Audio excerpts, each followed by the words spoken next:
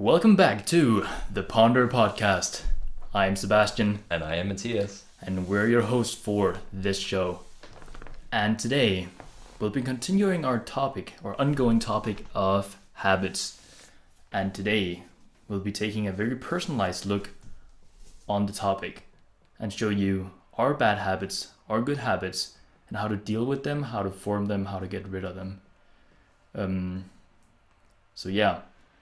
And we're very excited to share some of these stories with you. I mean, even though we're doing this Ponder podcast, talking about all these advanced and, self-help topics, Yeah. it does not mean that we're actually like having a good grasp on all of these things ourselves in our daily life. We have identified and taken a look at many of them, and we're trying our best to do what we can with the topics and the habits. But we're still struggling, I know personally, with many of them. And sometimes you feel like you're doing a lot of things in your life that you don't even control, especially when you're just going per automatic on your habits. Yes. Yeah. So, having said that, let's jump into the first one we have on our list. That being Poor foods. We all have experiences with succumbing to sugary goods or other, unhealthy or things that might be sort of damaging throughout our lives, everyday lives. Yeah, and that isn't even just food, but drinks too, alcohol, or even some people doing drugs or something of the like. Sure, yeah, definitely. And the common demeanor of all these habit forming things that we struggle to get rid of is that they release a ton of dopamine, and that's what sugary and carb-full foods do.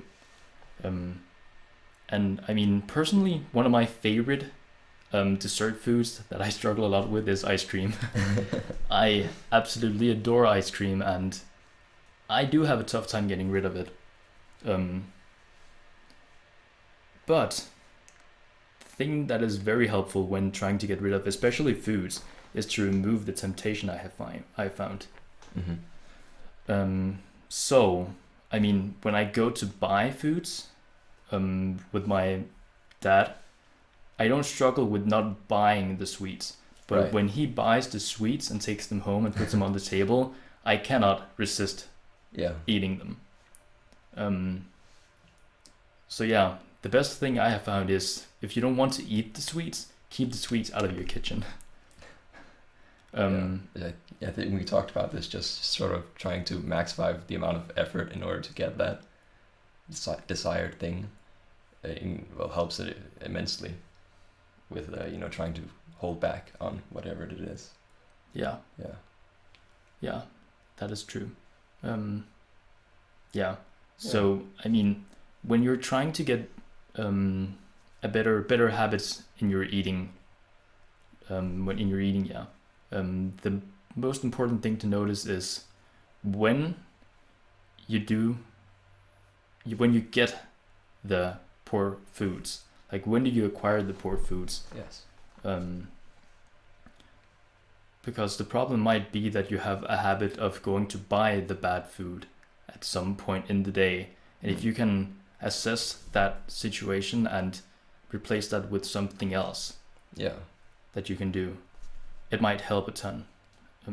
Also, a thing that might be very good for changing these habits is to go buy your food when you're satisfied, when you've just eaten, because you'll be much less likely to buy unhealthy foods if you're satisfied.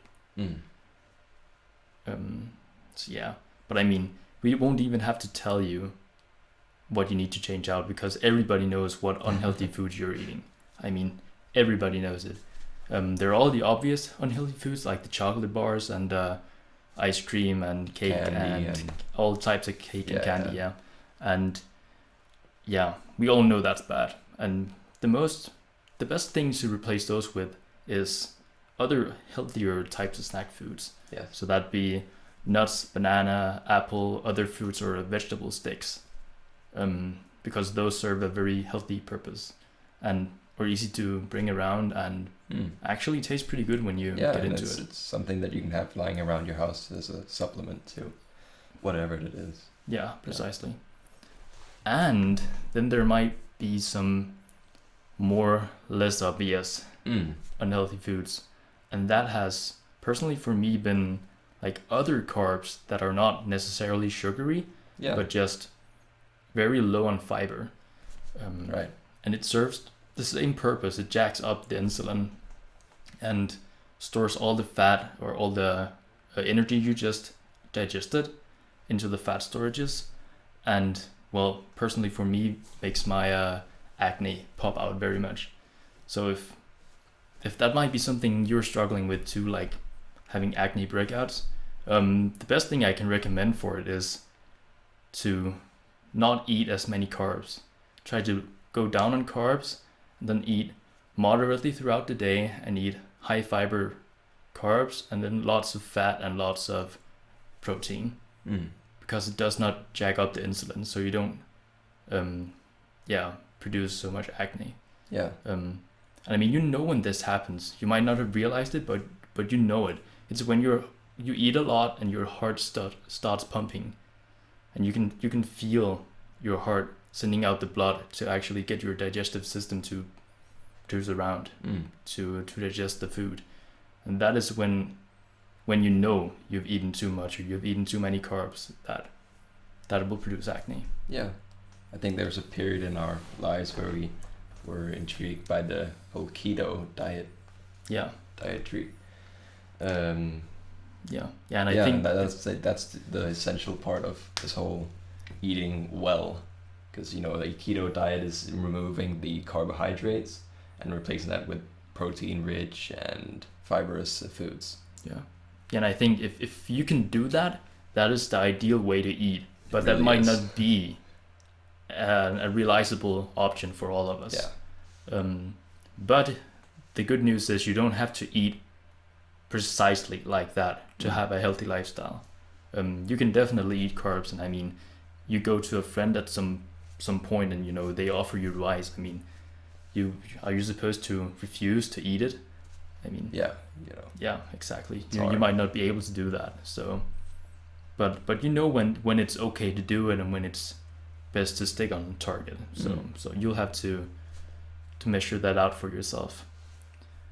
But yeah, the most important things here that we personally experienced is make sure to go buy food when you are satisfied. And in that way you can help yourself keep all the bad foods out of your kitchen, and in that way you won't eat that food when you're hungry at home, and then buy other healthier snacks that you can have instead, as we mentioned earlier. And then try as much as you can to get high fiber carbohydrates. Those are the most important things we've experienced. The next one is definitely just as important. It really is. Night and morning routines and poor sleep. I mean, this is something that can affect you through your whole day and might just be the reason why you succumb to these sugary goods, because you're just low on what do you say, motivation? Or motivation and energy. Energy. No, I've been definitely struggling with this, like in the past few months. Like I've not necessarily been getting too little sleep, but I think my night and morning routines have been pretty poor. I've been watching YouTube too early in the morning and too late in the afternoon. I mean, in the evening. So I haven't been getting in the right mental space in the morning and in the evening to have the right sleep at night. And I mean, the worst things you can do in the evening, let's go over the list we wrote, is being on electronic devices and on social media too late in the evening. And you really need to get off that at some point in the evening, like an hour or two before you go to sleep. The minimum is really an hour or more. To kind of calm your mind down and get it off all the fast pace seeing that is the reality of modern life. Yeah. And something we've found that you can do instead is doing some reading or just writing, like if you're writing in a diary or something like that, or playing an instrument or any other hobby you have personally that you can do without a device or any social media or a PC or something like that. And you really just want to calm your mind down and get ready for sleep. And that's the most important thing in the evening, to have good sleep and fall asleep fast. And then in the morning, the thing you're supposed to do in the morning is prime your mind to get into the day's work as soon as possible, so you can have a productive day, and then you can do some easier stuff later in the day. So I found the biggest, the poorest thing you can do in the morning is getting on devices and social media too quickly. So I mean, many of us have, at some point in our life at least, been in the habit of getting up and then immediately going to check the phone. Yeah, I feel like it's sort of a means that is used to wake yourself up, maybe to get focused on something, but it can be very damaging. Yeah, Yeah. because you turn your motivation to that specific thing instead of the things you're actually dreaming about or trying to get to. Wanting to do that day. Yeah, exactly. So yeah, becoming productive early in the morning. This could be, I don't know, have we covered the good science of things, the good habits? We'll do that in just a second. Yeah. But yeah, doing something productive that will set you up for the rest of the day is very important. Yeah. But yeah, actually, talking about that, the good things we generally desire to do in the morning to set us up for a good day is actually many of the same things as in the evening. Do some reading or do some writing or play an instrument, or as I said before, anything else you might do as a habit that does not require a device or social media.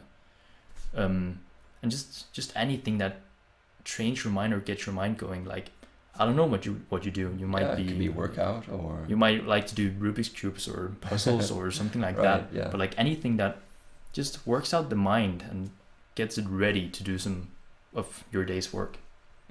Yeah. So yeah, that's the most important parts about that. Yeah. Try to put your devices away. I generally found that if I don't want to be on my PC, I need to take it out of my room. So in the morning when I wake up, I don't go to my PC or my phone. So I turn off my phone, I put it in a drawer somewhere, and I take my PC and I put it in the living room.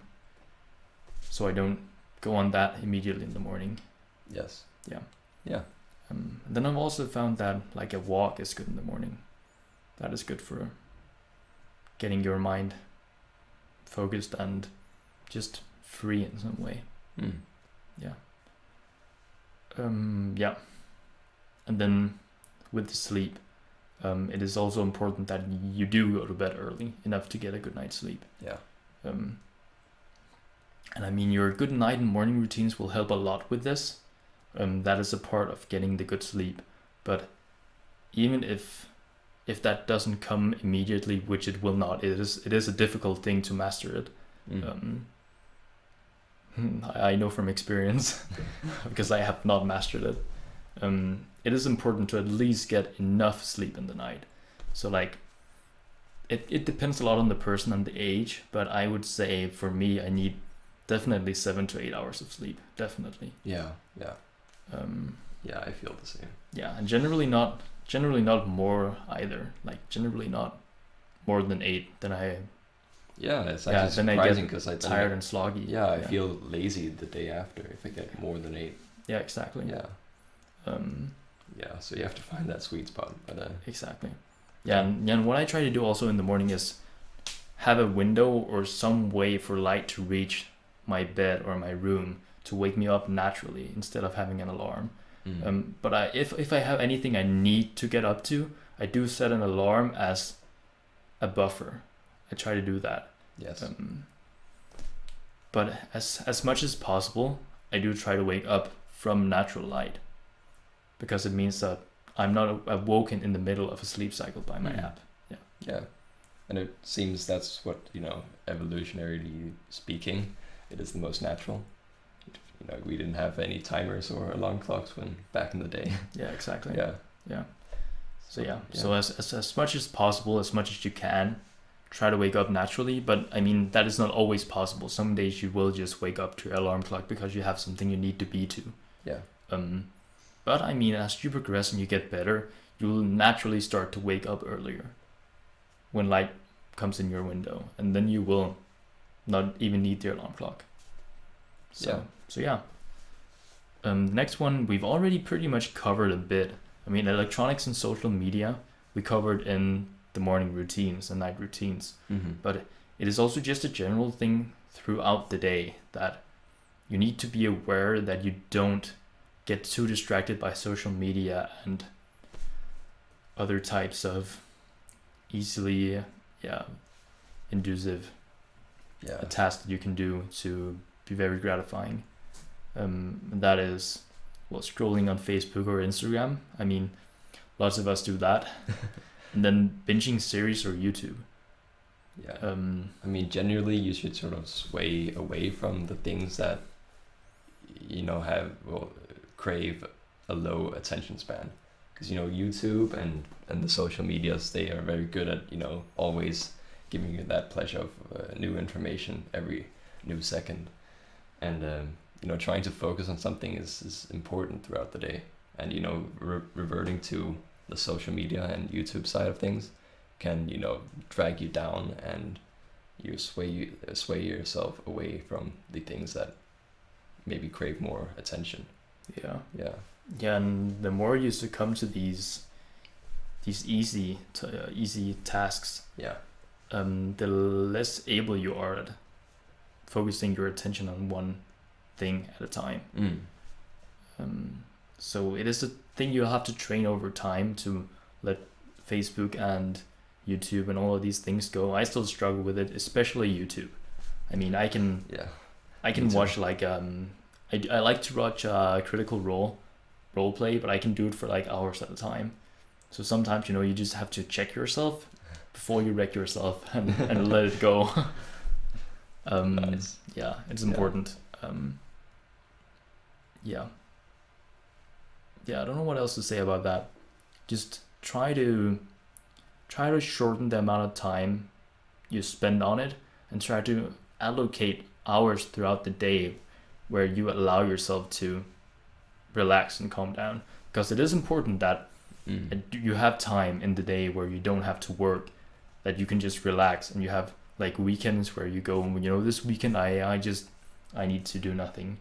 It's important you have those times, and at those times it is fine that you do this, but you don't want to let it get out of hand.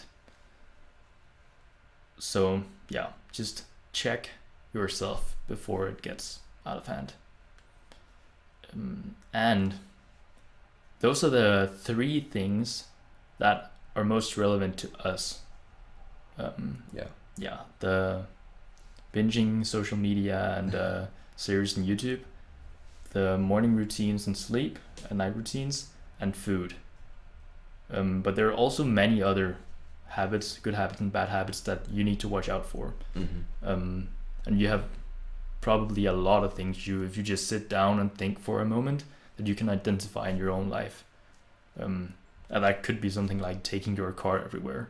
I mean, that's a smaller habit than the 3 ones we just talked about. Like, they're very broad ones, but this one is just a small one that if you get yourself to maybe walk or bike instead of taking your car to places that are close to you, you'll greatly improve your health just by doing that little thing. We urge you very much to just sit down and just think about this. Think about all the habits and all the things you do in your life, and see where you can start improving slightly. And I put very big emphasis on this slightly, because you have to do this at a slow pace to have it be something steady and controlled that you can actually implement properly in your life. Because if you try to sprint too fast and just get it all over with, you will probably most likely drop whatever you're doing and just give up on it. And it's not very useful if you just drop it all. You want it to be a lifelong experience that you can work on and implement throughout your whole life. Yeah. Yeah, maybe it's useful to set some goals. Maybe say you want to practice the piano and you say, well, let's try to practice every day for 2 weeks. And then, if you can do that, that also results in a dopamine spike. And, might just motivate you to, fulfill that task into the future. Yeah. Yeah. Yeah, and I mean, practice every day for 2 weeks doesn't mean you have to practice an hour every day for 2 exactly. weeks. It's just 5 minutes maybe. 5 minutes, yeah. And I mean, some days, the hardest thing with these difficult tasks is generally to get started. And when you are started, you can generally actually push it a bit further. So if you just make the goals to sit down and practice just 5 minutes for each day for 2 weeks, the chance that you will actually practice more than 5 minutes each day is very high. Yeah. And it's the same thing with work. Like, for example, I had been procrastinating about this thing, like for this week, about writing a script for something about our company. And the most difficult thing was not that when I sat down I couldn't do it. It was just to sit down and commit to doing it. Yeah. So when I sat down and just spent 5-10 minutes on it, the next hour I spent on it wasn't at all as difficult as the first 10 minutes of just sitting down to do it. So yeah. Yeah, I think personally I found that trying to schedule it minute by minute can be unhelpful. It can also be very confining, and always having these constraints. Okay, maybe I can only spend like half an hour or something doing this, and then because then I have to move on to something else. That can be very sort of mind-boggling or mind-tossing. Yeah, like putting yourself in a box. Yeah, putting yourself in a box. But yeah, so it's just important to maybe have this, in your sort of subconscious that you have to do these things, but just let things play out throughout your day. Yeah. As they might naturally do. Yeah. I think you're right about that. I mean, I've also tried to very detailed, like plan my whole day out. Yeah. But that just does not work for me. Yeah, I used to do that in my calendar. I just minute by minute things. Okay, I read for an hour here. Yeah. And then you read for 50 minutes and you're done with the chapter, and then you're like, what? I need to read for 10 more minutes? Yeah. It's like, come on. Yeah. And it just does not really work like that. I mean, I like planning out my day. We've talked about this earlier, but I like to do it more like I need to get this thing done and this thing done and this thing done, and I approximately want to do it at this time of the day, and I want to do it for approximately this long. Yeah. So it's more approximate. You have to allow some swaying in your plans. You need to be adaptable. Leeway, But because if you get a sudden sort of feeling that you might be tired, like in the middle of the day, maybe you take some time to just relax for maybe half an hour. Yeah. But it's, if you plan it minute by minute, you sort of feel again boxed in because you have to do a certain task. Yeah, exactly. And don't have that time or you can't allocate that time to, just relaxing for a couple minutes so you can be more productive. Yeah. No, that is super correct. I've also found that. Actually, another great tip. When you're trying to form habits, we talked about this. I talked about this when I was mentioning the food habits and the removing the bad foods from the kitchen. But this also applies to many other areas. So if you want to do something, the best way to do it is to actually set up your rooms in a way that helps you do it. So if you want to get some work done, it would help if you can in some way set up your room to induce work. So actually motivate you to work. So even when you wake up in the morning, and you have to do some work, put on some clothes that make you feel like working. And I mean, this sounds absolutely ridiculous, but it actually works. Like if you put on some clothes that make you feel like, man, I am a businessman who needs to work now, you will actually be more likely to do work. And you set up like a little desk at your like in your living room or wherever you want to work that has like your computer, some water, I don't know, some things you have to look through or whatever you do for work. You're way more likely to get more done and actually sit down to start the work. Which sounds ridiculous, but I mean, it does work. Setting up your room and rooms to suit whatever you are trying to do in them. And that generally means it's very important to clean up all the mess you have lying around your rooms and your house. A messy room is a messy mind, is what you generally say. That's true. Yeah. Although I actually know some exceptions for it. Weirdly enough. Okay. Yeah. Right. I actually recently cleaned up my room. Yeah. Or like the desk at least. It's important. Yeah. It is important. That is a good stack of books you have lying over there. Yeah. Found some important books I'd like to read in the near future. We've got my favorite in the middle, like at the top middle. As I do. The Karamazov Brothers. It's a very good one. I highly recommend that book. Yeah. Did we do a sign-off, a segment of books? I don't think we did. I'm not sure. No, I don't think we did. No, I don't think we so. did movies, food, yeah. I don't remember it at least. No, I don't think we did. We might do that next time or next time again. Yeah, that's a good idea. Yeah. Or we might have done it earlier. I don't know. I don't remember it I at don't least. think so. Might have been a long time ago. Anyways, I think that's all we have for today. I mean, the most important thing is you take what we've said today and just think about it. And I'll go home and I'll think about it too. And then we'll hopefully implement some of it in our daily life. Yeah. Yeah. And that is all we had. For the actual episode. For the actual episode. And now we will leeway into the sign-off segment. Woohoo! Which today is about role-playing, because in an hour or something, we were actually pretty quick about this. In an hour, we'll be role-playing D&D, Dungeons and Dragons, where I am the game master and it's Matthias's third time now playing. That is right. Yeah. How has it been? Like, I mean, it's your first experience in role-playing, and it's my first experience in game mastering. I mean, I like it. It's really fun. I mean, I don't know how to explain. It's sort of like a series, I suppose. Just like we all experience on Netflix or whatever. You know, but in this you get to play an active role in what happens, and you get to play a character that can be ever changing and evolving throughout the sort of quest or whatever. Yeah.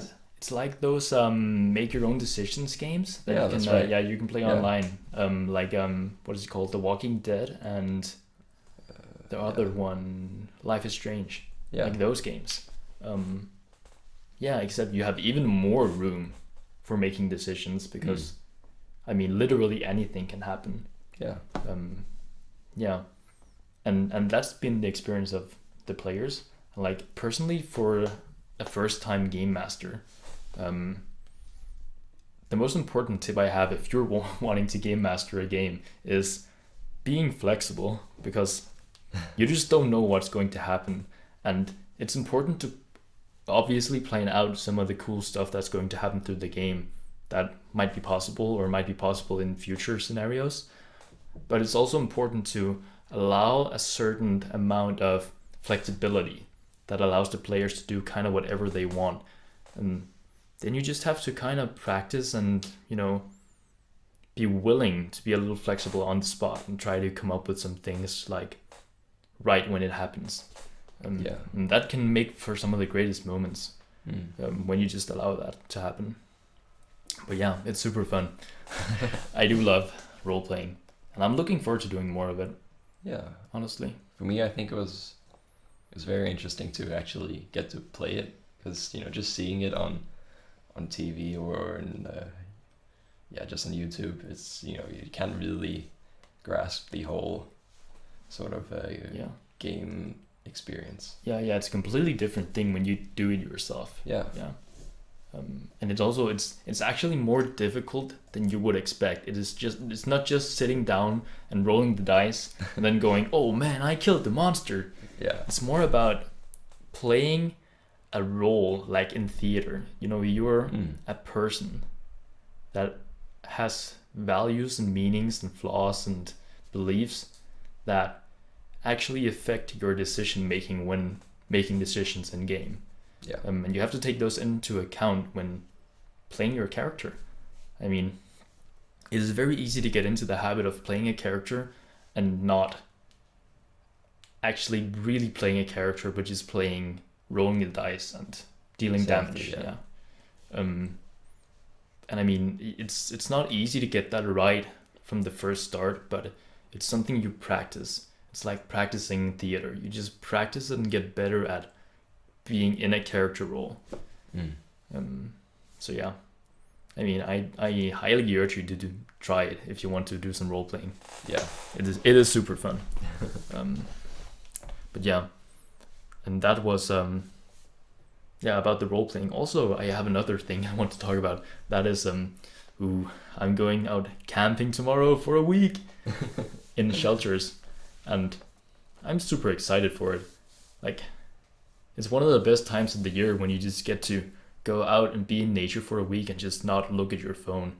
And I actually kind of want to do that more often. Like, just take a weekend off and just go out and find some shelters and camp there for like a weekend.